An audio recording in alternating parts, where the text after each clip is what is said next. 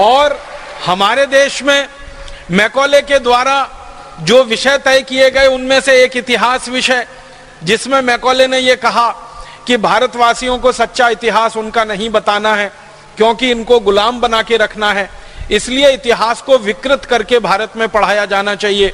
तो भारत के इतिहास को पूरी तरह से उन्होंने विकृत कर दिया। सबसे बड़ी विकृति जो हमारे इतिहास में अंग्रेजों ने डाली, जो आज तक जहर बनकर हमारे खून में घूम रही है, वो विकृति ये है कि हम भारतवासी आर्य कहीं बाहर से आए। सारी दुनिया में शोध हो चुका है कि आर्य नाम की कोई जाति भारत को छोड़कर दुनिया में कहीं नहीं थी, तो बाहर से कहां से आ गए हम।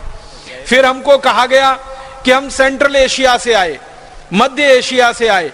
मध्य एशिया में जो जातियां इस समय निवास करती हैं, उन सभी जातियों के डीएनए लिए गए। डीएनए आप समझते हैं, जिसका टेस्ट करके कोई भी बात की पक्की सूचना ली जाती है। तो दक्षिण एशिया में, मध्य एशिया में, पूर्व एशिया में, तीनों स्थानों पर रहने वाली जातियों के नागरिकों के रक्त इकट्ठे करके उनका डीएनए टेस्ट किया गया और भारतवासियों का डीएनए टेस्ट किया गया।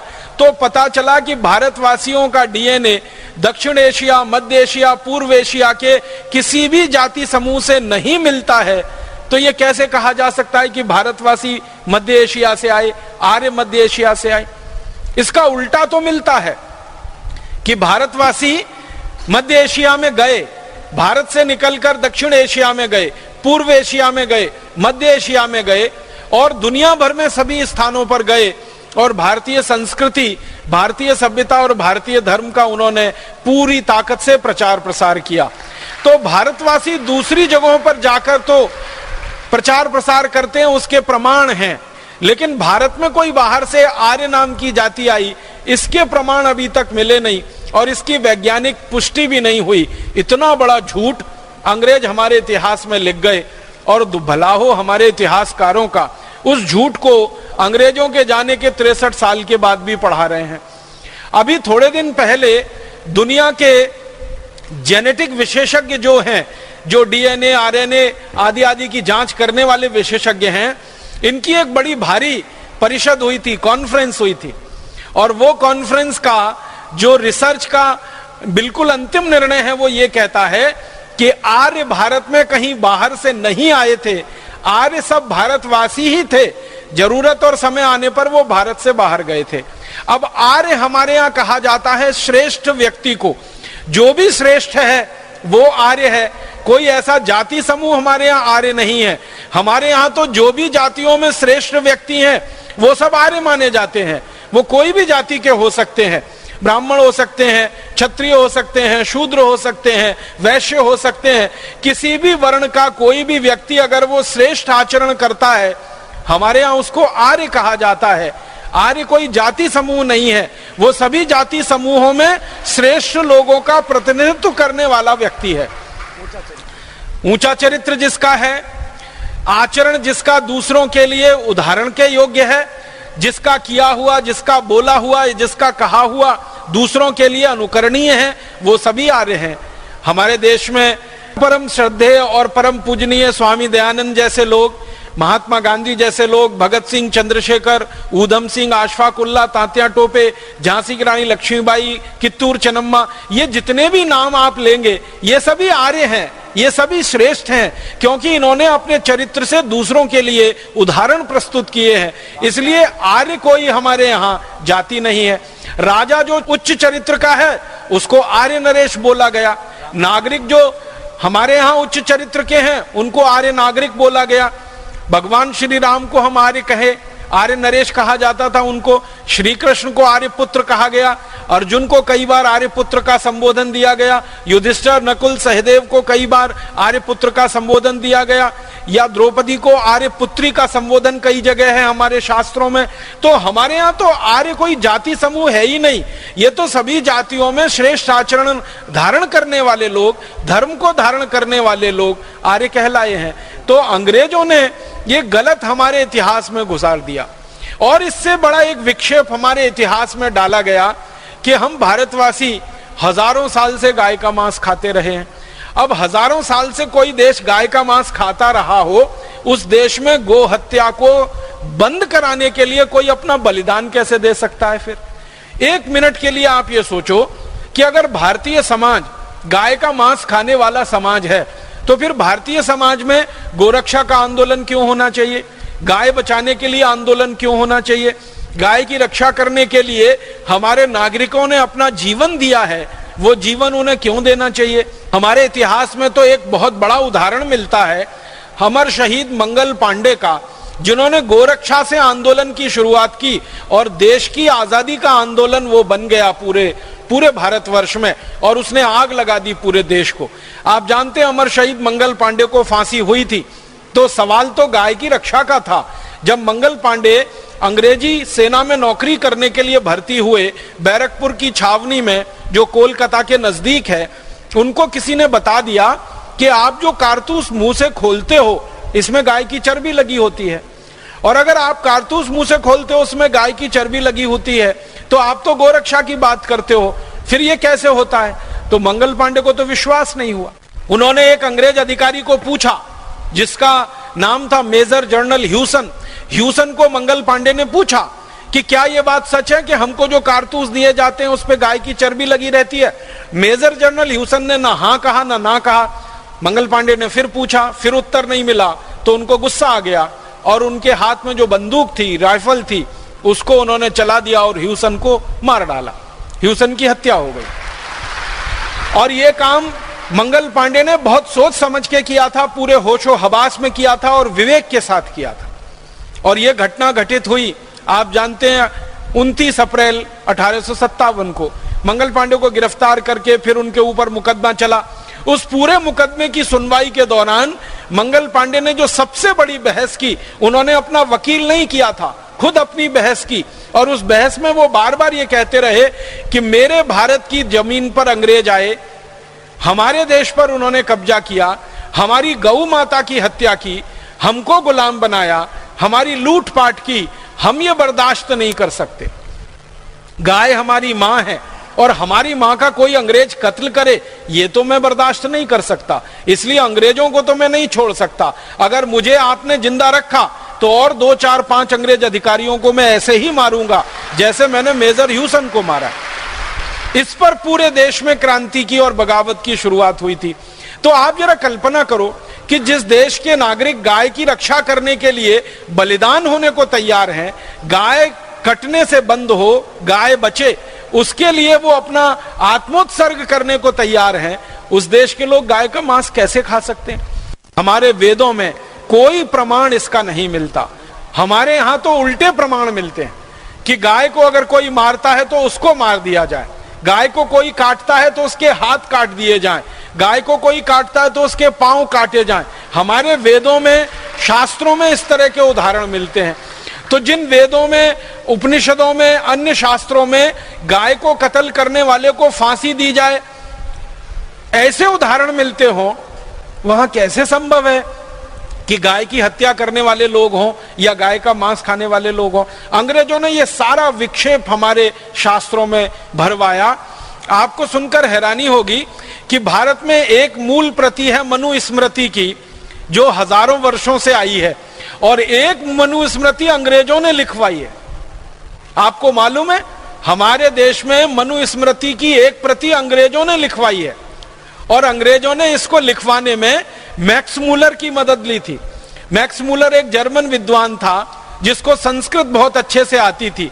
उसको कहा गया कि तुम भारत के शास्त्रों को पढ़ो और पढ़कर उनको बताओ कि उनमें क्या है, फिर जरूरत पड़ने पर उसमें रद्दो बदल करेंगे। तो मैक्स मूलर ने मनुस्मृति का अनुवाद किया, जर्मन में किया, फिर अंग्रेजी में अनुवाद हुआ। फिर अंग्रेजों को समझ में आया कि मनुस्मृति तो न्याय व्यवस्था की सबसे बड़ी पुस्तक है और भारत की न्याय व्यवस्था का आधार है, तो उन्होंने मनुस्मृति में ऐसे विक्षेप डलवा दिए ताकि भारतवासियों को भरमाया जा सके और उनको गलत रास्ते पे चलाया जा सके। उनके मन में मनुस्मृति के प्रति वितृष्णा पैदा हो, उनके मन में मनुस्मृति के प्रति बहुत ज्यादा नीचाई की भावना पैदा हो, इस तरह के विक्षेप डाले गए मनुस्मृति में। इसी तरह के विक्षेप डाले गए हमारे अन्य बहुत सारे ग्रंथों में, और अंग्रेजों की इसकी बहुत बड़ी टीम थी और बड़े भारी लोग इस काम में लगे हुए थे। कोई साधारण अंग्रेजों ने यह काम नहीं किया है। मैं नाम ले लूं अगर तो एक अंग्रेज का नाम सबसे ज्यादा ले सकता हूं। विलियम हंटर नाम का एक अंग्रेज हुआ करता था, जिसने सबसे ज्यादा भारत के इतिहास में विकृति डाली, जिसने सबसे ज्यादा भारतीय शास्त्रों को विकृत किया, जिसने सबसे ज्यादा भारत के पुराने ऋषि महर्षियों के लिखे हुए आप्त वचनों को, वाक्यों को बिल्कुल उल्टा कर दिया। और ये कैसे कर पाया? वो विलियम हंटर की एक विशेषता थी, वो ये कि अंग्रेजी बहुत अच्छी जानता था, उसके साथ साथ उसको संस्कृत भी बहुत अच्छी आती थी। तो चूंकि संस्कृत अच्छी आती थी और अंग्रेजी भी अच्छी आती थी, तो भारतीय मूल ग्रंथ संस्कृत में है तो वो पढ़कर समझ लेता था। फिर अंग्रेजी में कहां कहां विकृति करके उसको फिर से बनाना है, आसानी से वो कर लेता था। विलियम हंटर की पूरी टीम थी, जिसको कहा गया अंग्रेजों के द्वारा William Hunter commission. William Hunter commission की रिपोर्ट के बारे में मैं बात करूं, घंटों घंटों उसी में निकल जाएगा। हजारों पन्नों में उन्होंने रिपोर्ट बना के ये बताया है कि हमने भारत के किस किस विषय में, किस किस शास्त्र में क्या क्या परिवर्तन कर दिए हैं। यह अंग्रेजी संसद को उन्होंने भेंट किया था और वहां पर उसको प्रस्तुति करके उस पर बहस हुई थी। तो अंग्रेजों ने अपने देश में ऐसे बहुत सारे विद्वानों को तैयार करके भारत के शास्त्रों में विक्षेपण कराया, बहुत कुछ ऐसी चीजें भर दी उनमें जो विश्वास करने लायक नहीं है और तर्क पर कहीं ठहरती नहीं है और सूचना के आधार पर पूरी तरह से गलत है। सांस्कृतिक रूप से भारत नीचा देश है, गुलामों का देश है, हमेशा विदेशियों के हमलों का शिकार रहा देश है। अंग्रेजों ने एक पूरी दुनिया में एक झूठ प्रचारित किया, वो ये कि हजारों साल से भारत में विदेशी आते रहे हैं और भारत पर कब्जा करते रहे हैं, तो हम भी विदेशी हैं, हमने भी आकर भारत पर कब्जा कर लिया है। जब हजारों साल से भारत विदेशियों का गुलाम हो सकता है तो हमारा भी गुलाम हो गया, इसमें कौन सी खास बात है। अंग्रेजों ने इतना बड़ा झूठ ये प्रचारित किया पूरी दुनिया में, हजारों साल से तो ये था ही नहीं। अंग्रेजों के आने से अगर ठीक ठीक पहले की जानकारी लें तो मात्र 1000 वर्ष पहले पहला विदेशी आया, मोहम्मद बिन कासिम, जिसने भारत पर हमला किया और कुछ लूट पाट के चला गया। दूसरा आया महमूद गजनवी, जिसने सोमनाथ का मंदिर लूटा और भारत से चला गया। फिर तैमूर लंग आया, नादिर शाह आया, अहमद शाह अब्दाली आया, लूट पाट करके चला गया।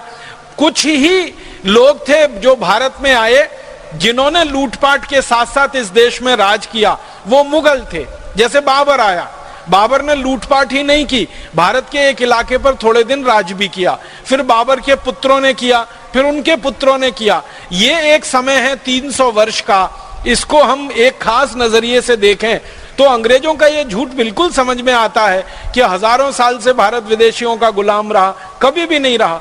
इसके उल्टे अंग्रेज हजारों साल विदेशियों के गुलाम रहे, इसके प्रमाण तो पूरी दुनिया के सामने है।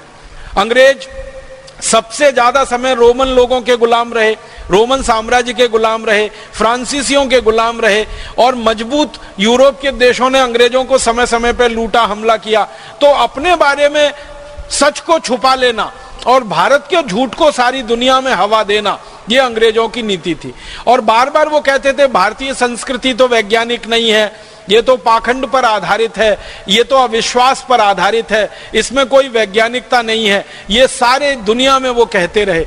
भारत में एक उदाहरण से मैं आपको समझाऊं, अंग्रेजों ने एक हमारे देश में झूठ और दुनिया में प्रसारित किया कि भारतवासी सभ्य नहीं है।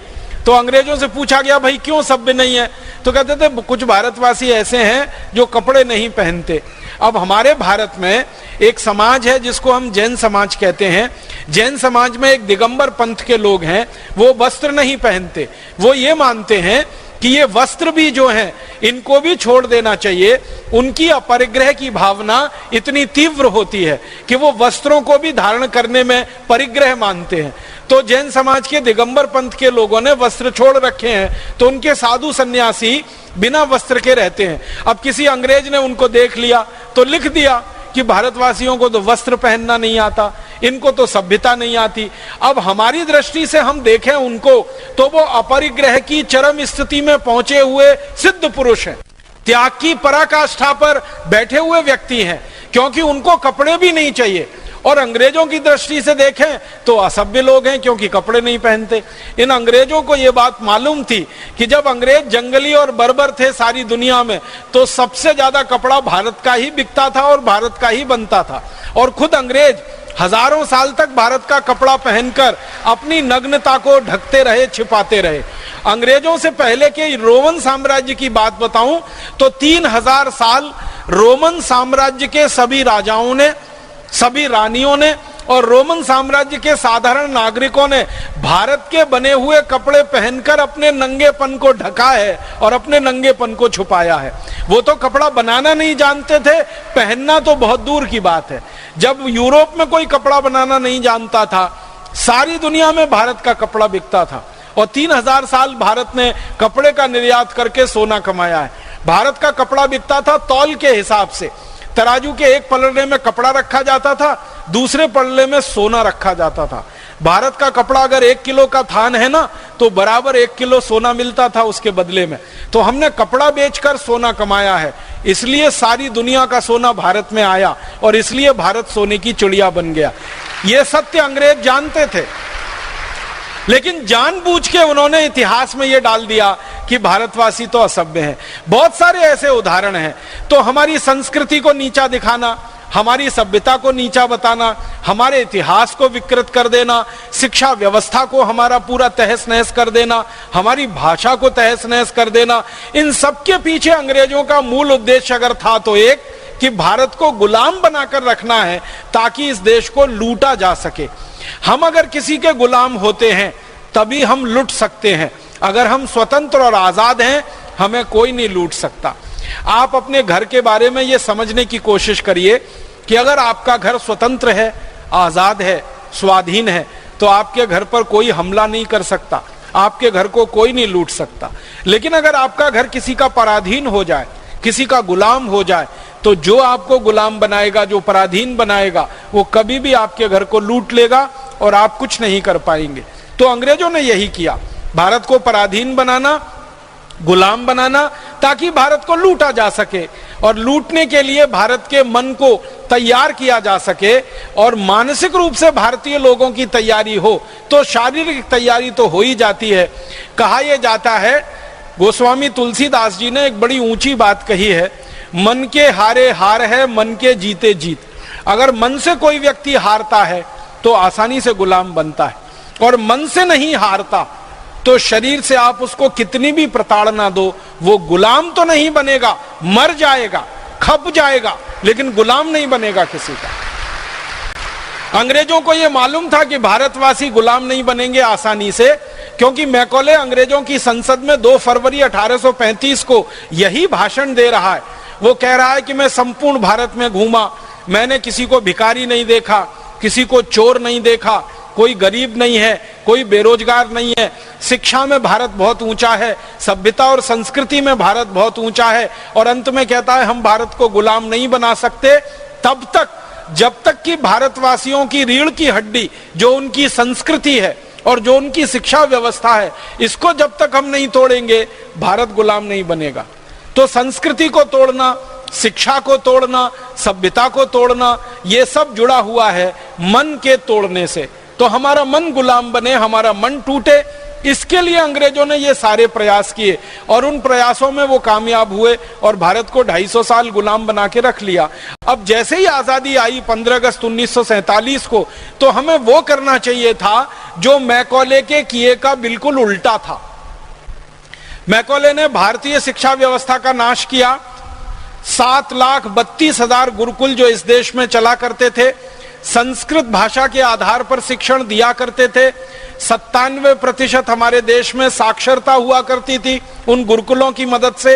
इंजीनियरिंग पढ़ाई जाती थी, मेडिकल पढ़ाया जाता था, मैनेजमेंट पढ़ाया जाता था, धातु शास्त्र पढ़ाया जाता था, चिकित्सा शास्त्र होता था, सर्जरी पढ़ाई जाती थी। ऐसे 18 उच्च शिक्षा के विषय हुआ करते थे। इन सब विषयों में पारंगत देश भारत को मैकॉले के एक कानून ने खत्म कर दिया जिसका नाम था इंडियन एजुकेशन एक्ट। उस कानून के आधार पर संस्कृत को उन्होंने प्रतिबंध लगा दिया और संस्कृत के आधार पर पढ़ाने वाले गुरुकुलों को प्रतिबंध लगा दिया, गुरुकुलों के आचार्यों को जिंदा जला दिया, उनके घरों में उनके घरों के साथ जला दिया, हाथ पैर उनके काटे, उंगलियां काटी, भयंकर अत्याचार करके गुरुकुल बंद किए गए। आजादी के बाद क्या होना चाहिए था?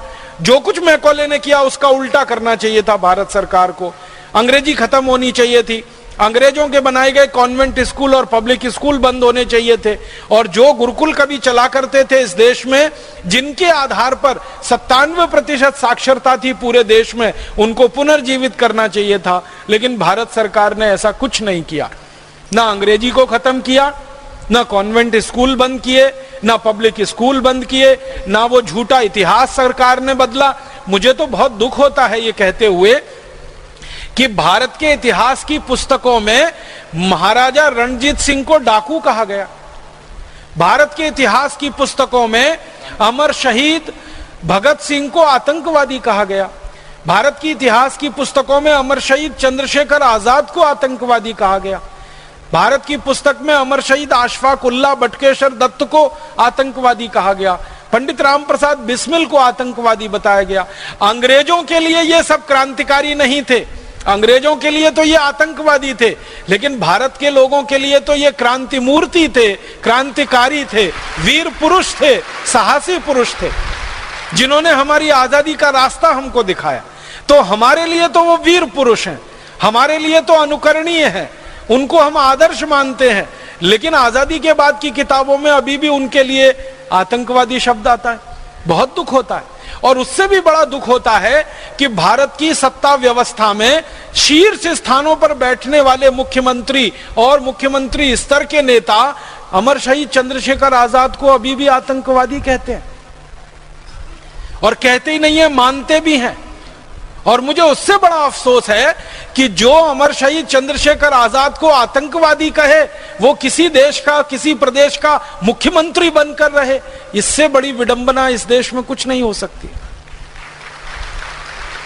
हमें तो यह होना चाहिए कि अमर शहीद चंद्रशेखर आजाद को आतंकवादी कहने वाले का हर तरह से नामो निशान मिट जाए, ऐसा इस देश में प्रयास होना चाहिए, ऐसा अभियान चलना चाहिए, बनिस्बत इसके कि अमर शहीद चंद्रशेखर आजाद को आतंकवादी कहकर गाली देने वाला मुख्यमंत्री बन जाए किसी राज्य का, और मुख्यमंत्री बनकर लूट करे पूरे राज्य के संसाधनों की।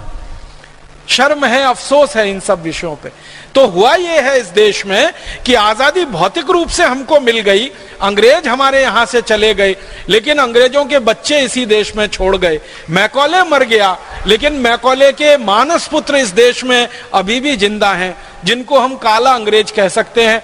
उन्होंने जब से आजादी के बाद इस देश की व्यवस्था को संभाला, सरकार को अपने हाथों में लिया, अंग्रेजों का बनाया हुआ और अंग्रेजों का बिगाड़ा हुआ कुछ भी इस देश में उन्होंने दुरुस्त नहीं किया। हमारे देश में भाषा अंग्रेजी है, भूषा अंग्रेजी है, भोजन अंग्रेजी है, भजन अंग्रेजी है, भेषज अंग्रेजी है, कानून अंग्रेजी है, कृषि व्यवस्था अंग्रेजी है, अर्थव्यवस्था अंग्रेजी है, चिकित्सा व्यवस्था अंग्रेजी है।